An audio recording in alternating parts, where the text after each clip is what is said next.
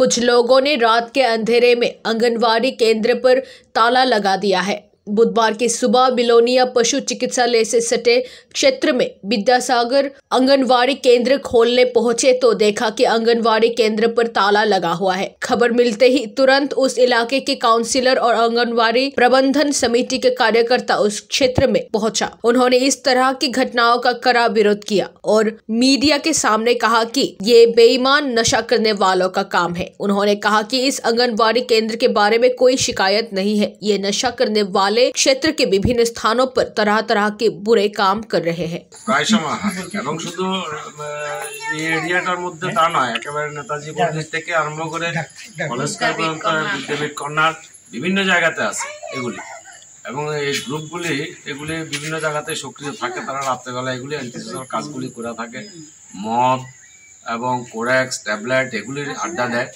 এগুলো ব্যাপার আর কি।